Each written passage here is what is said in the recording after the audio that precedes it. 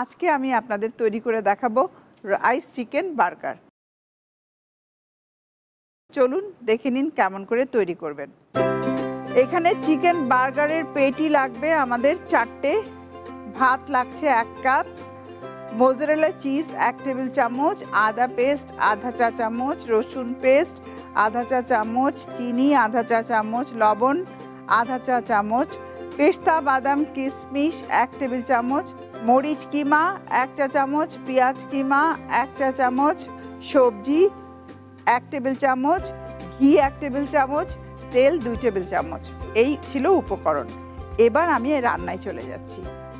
আমি প্রথমেই যেটা করব, বার্গারের পেটি বার করে নিচ্ছি।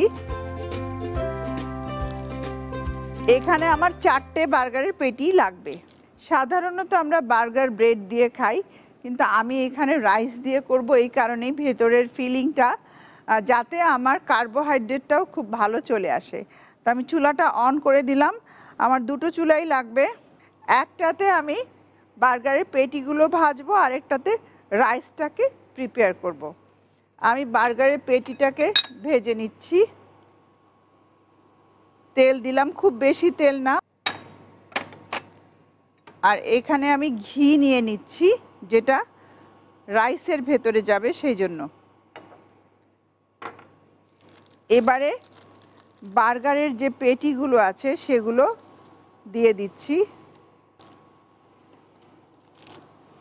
সরিয়ে দিলাম। এই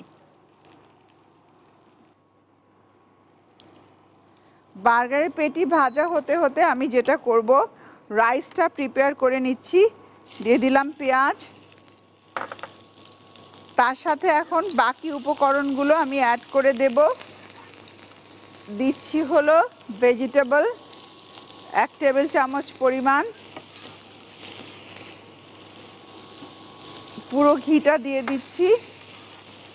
তার সাথে যাবে রাইস 2 টেবিল চামচ পরিমাণ, একটু পেস্তা বাদাম যাবে 1 টেবিল চামচ পরিমাণ, আদা এবং রসুন পেস্ট। আমি এবার চুলাটা একটু অফ করে দিব, কারণ যখন আমরা এই চুলায় রান্না করব বেশি গরম হয়ে গেলে অফ করে দিতে হবে।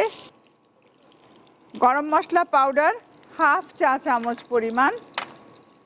সব শেষে দেব মোজারেলা চিজ 1 টেবিল চামচ পরিমাণ, মোজারেলা চিজ।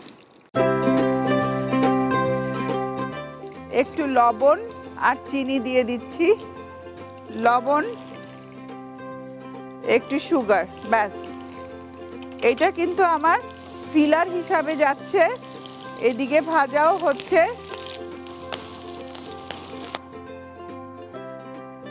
এই মিশ্রণটাকে একটা প্লেটে নিয়ে নিচ্ছি।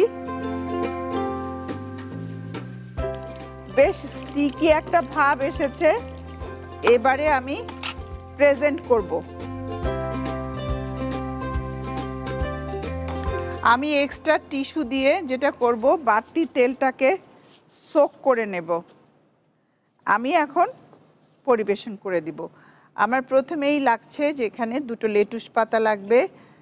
2টো লেটুসের উপরে নিলাম আমি 2টো বার্গার। এখন আমি মাঝখানে যে রাইসটা তৈরি করলাম চিজ দিয়ে, সেই রাইসটা মিডলে দিয়ে দিচ্ছি।